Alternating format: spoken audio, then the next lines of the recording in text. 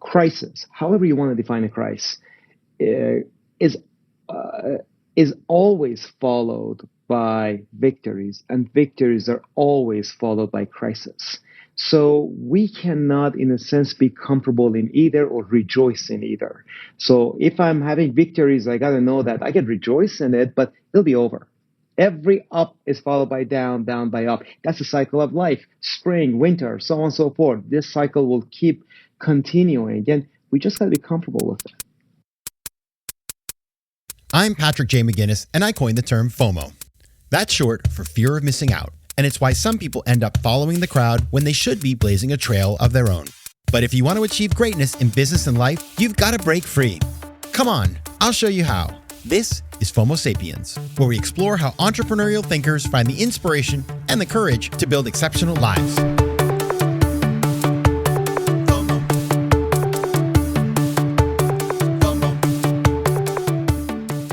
Welcome back to FOMO Sapiens, the show for entrepreneurial thinkers. I'm your host, Patrick J. McGinnis, and today we're going to be talking to Payam Zamani, author of the new book, Crossing the Desert, The Power of Embracing Life's Difficult Journeys. Now, if you don't know Payam, let me tell you a little bit about him. Fascinating guy. He's an entrepreneur, investor, and the founder of One Planet Group, a closely held private equity firm that owns a suite of online tech and media businesses. Born in Iran, Zamani was forced to flee at the age of 16 due to his religious beliefs as a Baha'i. He was offered asylum in the U.S. in 1988, settling in San Francisco, and upon graduating from the University of California, Davis, he and his brother founded AutoWeb, one of the first online car marketplaces, which they took public in 1999. Remember those days? Those were the days. Since then, he has built and currently owns multiple technology and media businesses, and he's invested in more than 50 companies, while striving to redefine capitalism in an attempt to elevate business to serve humanity. Payam, welcome to FOMO Sapiens. Thank you, Patrick. Really excited to be here. Yeah, I'm excited too, because everything that you do is stuff that I'd like to do as well. So we're going to have lots to talk about. Now, Awesome. Before we get there, I always start the show with the same question. And even you, a man who clearly does a lot of good things in the world, cannot escape my question. The question is this. Tell me something unexpected you learned about yourself that changed everything. All right. This is a big question, and a few things come to mind, but I'm going to go with something lighthearted. And I don't know if it changed everything, but it changed some stuff. So I have a few good friends, close friends, who love flying, and I kind of always stayed away from it because I was afraid of. I wasn't necessarily excited about flying, and I was at times afraid of flying. But then about 3.5 years ago, I decided that, you know what, I'm going to learn how to fly. And I've absolutely loved it, but I've loved it because of the fact that when I fly, particularly by myself, and sometimes I do cross country from New York to San Francisco, when I do that, those are some of the best, alone times that I get to really be away from everything. I don't have Wi-Fi, and I fly a prop plane that takes me 2 days to go from San Francisco to New York and back, or one way takes 2 days. But it gives me just an unbelievable meditative opportunity to be by myself, and it's been amazing. It's been amazing, and it's I'm 53, so learning at this age and making sure that your mind remains fresh is a good thing, and you want to have something like that. So it's been pushing me. So I love it. So our former guest, Stephen Collar, learned how to do sort of like freestyle skiing in his 50s. And it is true that forcing yourself to learn something new, not forcing, but embarking on a new adventure, it's really critical to aging, sort of making middle age, a positive experience. Now, what I will say is I have a buddy, his name's Pascal, who flew me in a 2-seater. He's like you, he loves to fly, from East Hampton to Rhode Island. And every time the wind blew, I was prepared to die. So I'm really impressed because, you're an entrepreneur, so you're a risk taker, and I know it's safer than it looks, but it's terrifying. Oh, there are times that, I love my skills, but I got to pray. So. All right. So what I like about you And we're just meeting, but the reason why I was excited to talk to you today is when I opened your book, the first word in the book on the first page was the word optimism. Optimism, period. That's a choice you made. And so I want to start there. Why did you decide to start your book that way? Yeah. It's interesting because, it's easy when you talk to friends, you talk to people that you spend time with, that people almost pride themselves to become cautious, to be the ones who supposedly are giving you wisdom, that they don't view themselves as pessimistic, but they view themselves as the people who see the obstacles, who see the problems. The issue is that I don't see much value in it. I think that I want to look at those opportunities, those nuggets of open windows that give us the opportunity to get to the other side. So when I think about my own life, whether it was escaping Iran or living as a Baha'i in Iran, escaping Iran, coming to the US, not having any money, if it wasn't for optimism, I could have proved myself every single time that the likelihood of me getting to the other side is close to zero. So I don't want to do that. I don't want to live that. And I think that you experience that in business, in personal life, in all kinds of stuff. So I always tell people there are no roadblocks. There are obstacles along the way, but there are no roadblocks. So optimism, all that means is that I'm going to find those windows of openness and I'm going to get to the other side. Yeah. Somebody recently asked me what a perfect day looks like. And I said, a perfect day is waking up in the morning with looking forward to the day that's ahead. Yeah. And that's something that, by the way, like it's not every day because maybe you're something bad, you're going in for like a surgery. I don't know. I mean, we all have our challenges in life and things we don't look forward to. But if you can allocate as many days possible to an optimistic and hopeful mindset, we all know that the research shows that shifts the way that you live your life. That's right. But also, I would say that you're right. There are mornings that you get up and it's just not going to be the best day because of a surgery, because of whatever that may be the case. But here's a fact of life. Crisis, however you want to define a crisis, is is always followed by victories, and victories are always followed by crisis. So we cannot, in a sense, be comfortable in either or rejoice in either. So if I'm having victories, I got to know that I can rejoice in it, but it'll be over. Every up is followed by down, down by up. That's the cycle of life. Spring, winter, so on and so forth. This cycle will keep continuing. And we just got to be comfortable with it.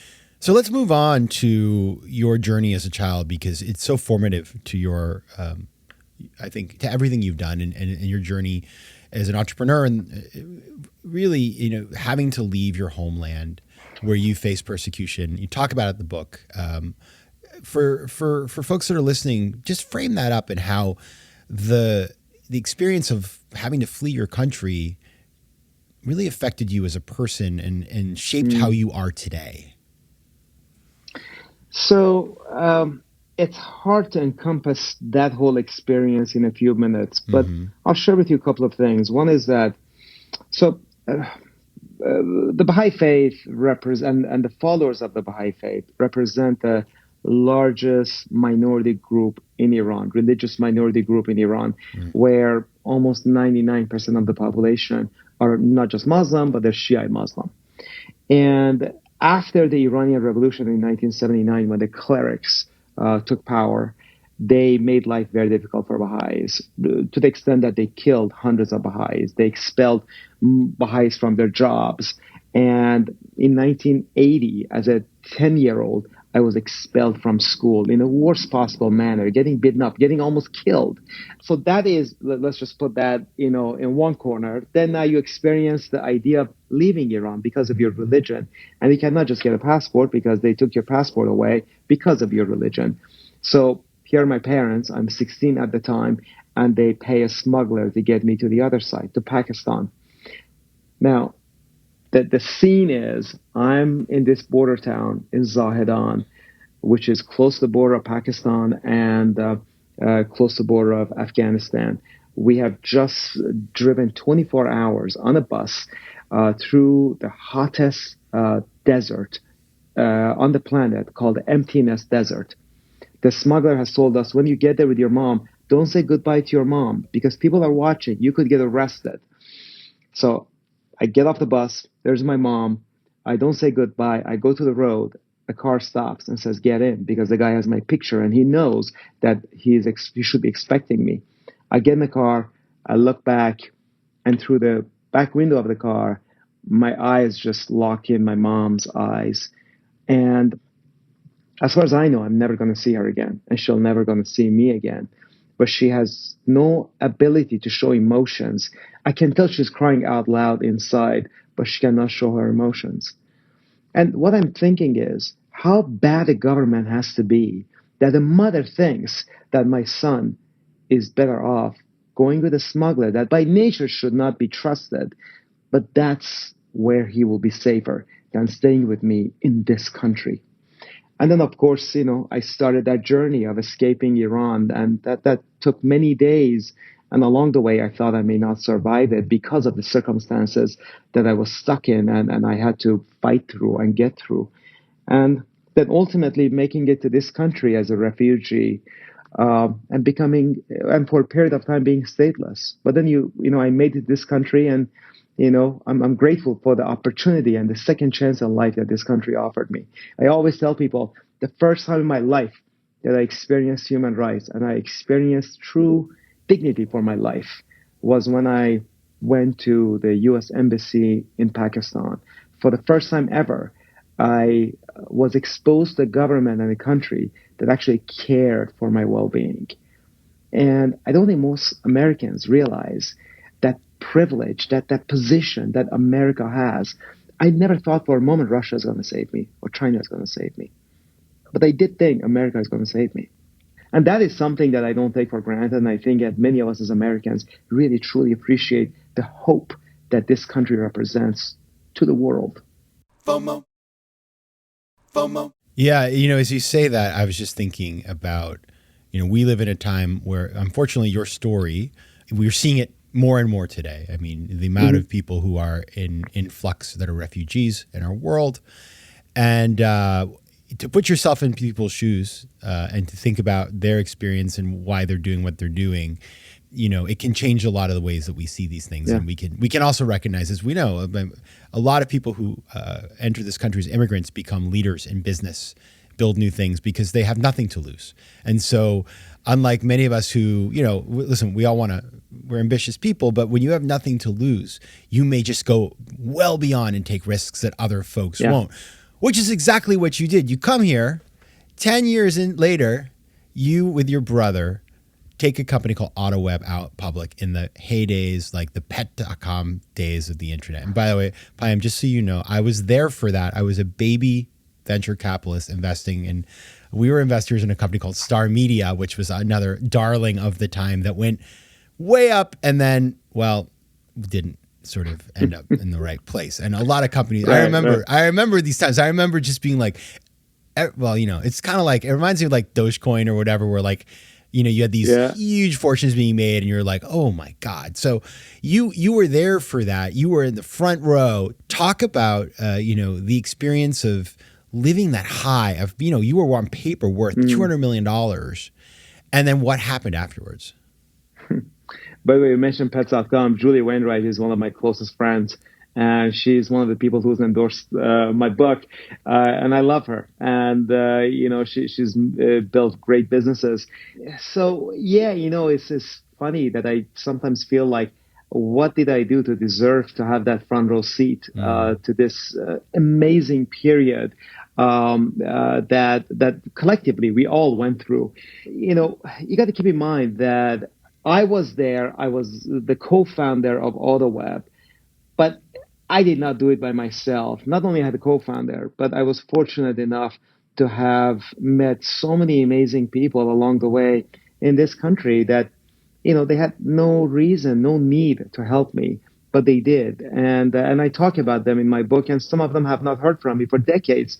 But if it wasn't for those people and the kindness that they showed and the mentorship that they showed, I would have never been able to be at the right place at the right time, but to take advantage of that life moment that I was able to take advantage of. And of course, we took that company public in March of 1999. saw the market cap soar to 1 billion too. And, I remember the next day reading the paper that said AutoWeb worth more than Rolls Royce, which was true. Rolls Royce was just sold for $500 million. And so it was an amazing moment. It was an amazing experience.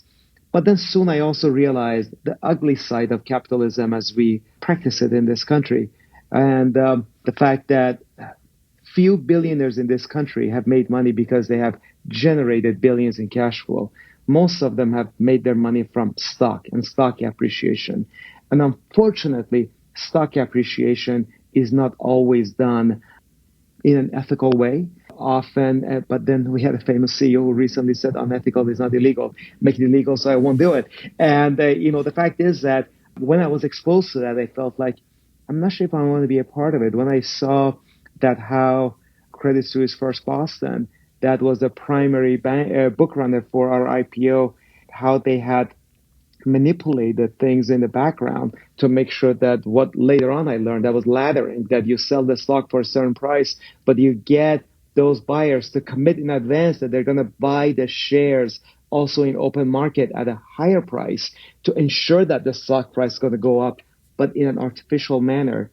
It was disheartening. It was disheartening that the company I was building to become this, create an revolution, whatever you want to call it, in the automotive space, that was being played with in that manner by people who are doing financial engineering to take care of, in a sense, short-term financial gains without any interest in building a business. So it was an interesting experience for me. Now, of course, as I talk about in my book, I went on to losing most of that $200 million. But I also tell people that's the best thing that could have happened to me. I don't know that 27-year-old me, what I would have done with that wealth if I was able to hold on to it. I wasn't ready for it. So I feel like I needed the time to rebuild and build it the right way, build it in a sustainable way. And as part of that, build it in a way that I feel like is uplifting me and those around me. So I can look back and with joy think about the impact.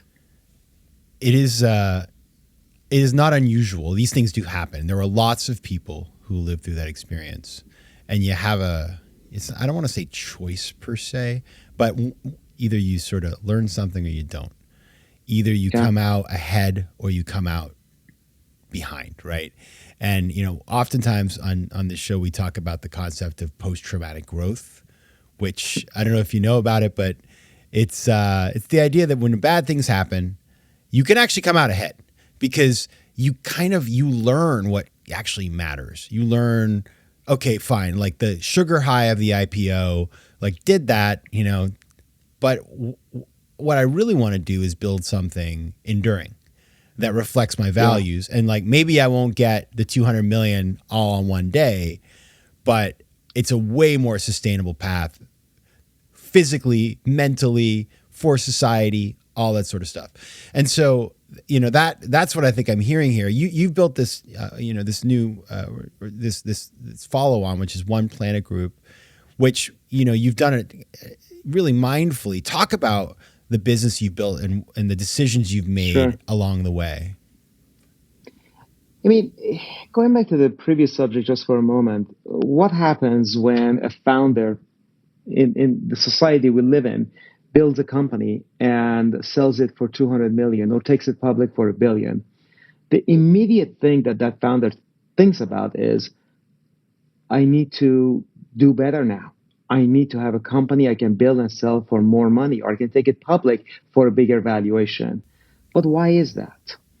Why is it that there is this concept of more, that I need to accumulate more? I need to be able to consume more.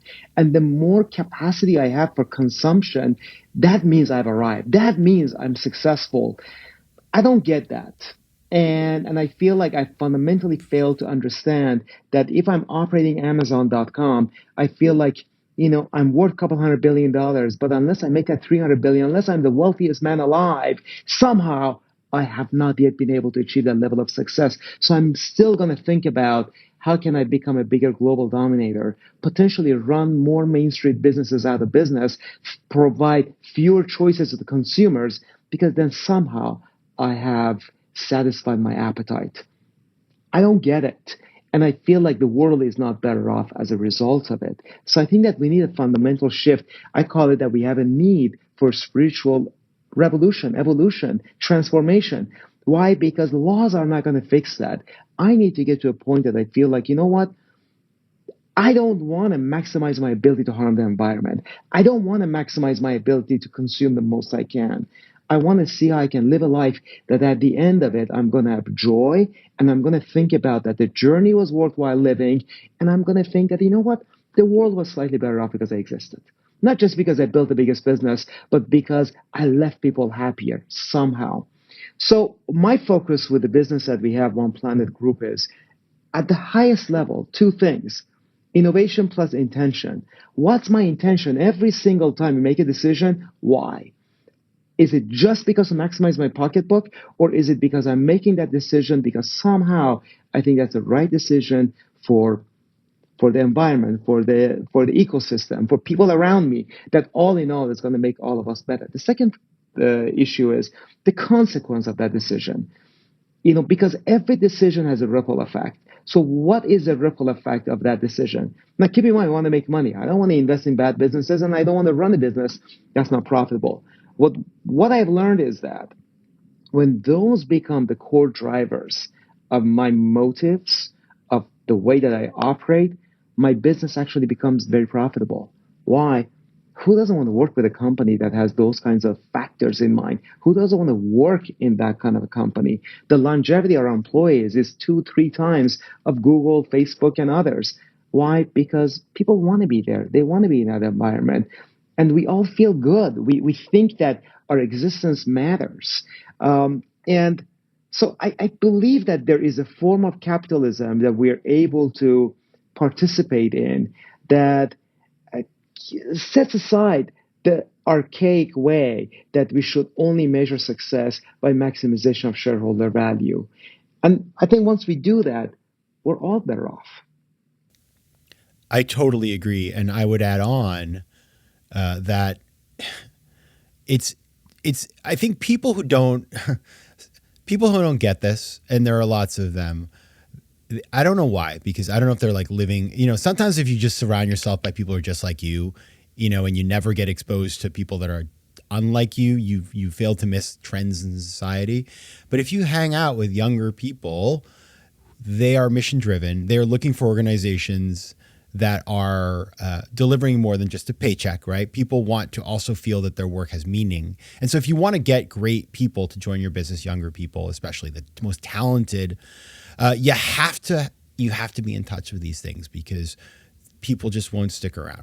And so that's why companies get disrupted all the time, is because they fail to notice these shifts in our society. And it's an opportunity for any entrepreneur. Before we move on to the lightning round, Payam, because you are an entrepreneur, all the way through, like in your core, in your DNA, if you were, say I'm an entrepreneur, I'm coming out of business school, or, I'm working in some industry, and I'm like, I want to be an entrepreneur. I want to do this. And I hear what you're saying. This notion, you talk about spiritual capitalism, right? I want to do well. I want to do good. I want to be profitable. I'm not looking to do a nonprofit here.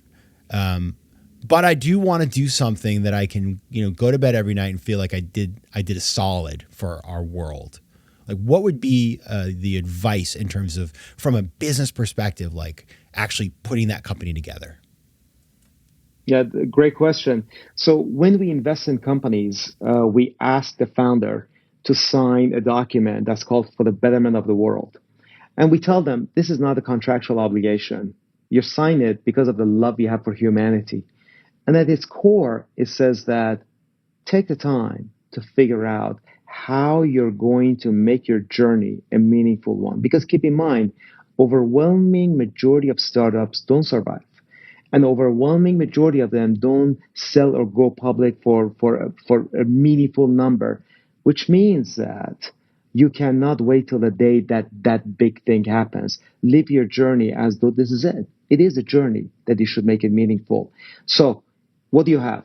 You have some money, could be a portion of your revenue, It's your time, your resources, the expertise, the product you have, and what are the elements that you can make a part of your core, part of the DNA of your business. And I can give you examples of what we've done at our work. We have committed a sacrificial portion of our revenue for charitable giving. And I believe that as a company, we should not do what many companies do, which is get a check mark. We don't want to do that. We want to build a company that truly wants to sacrificially give to nonprofit causes, and we adopt a nonprofit that becomes part of us. We don't necessarily think because we're good at one thing, we can also be good at educating the world. So we want to adopt somebody, a company, a nonprofit that's very good at that. We decided that we're going to have service days, that there are days that our employees, they get paid, they're encouraged to offer service on those days. There's one thing we ask them not to do on those days, which is not serve a political party that by nature, they're divisive. We chose that we want to have 50% of our employees to be female in an area that Google, Facebook, and others only less than a third of their employees are female, and even they are super young, meaning they're not moms. We wanted to change that. That if we're going to serve humanity, we want to look like humanity. And I think that for every company, those factors are different. But consider what those factors are for your business, and put them into the core of who you are. The biggest thing that we put at the core of who we are was that we believe that, and I'm a spiritual person, I'm a religious person, I believe that humans are created noble. So if I look at you as a noble being, I'm going to look at you as something beyond a token of economic value. There's more to you, and I want to serve you. The moment I think about I want to serve you, my relationship with you, whether you're my competitor or my client or my vendor, that's going to change. So I feel like that those are the kinds of things that have to become part of our DNA to help us build better businesses and just be better members of a society. Let's play the long tail.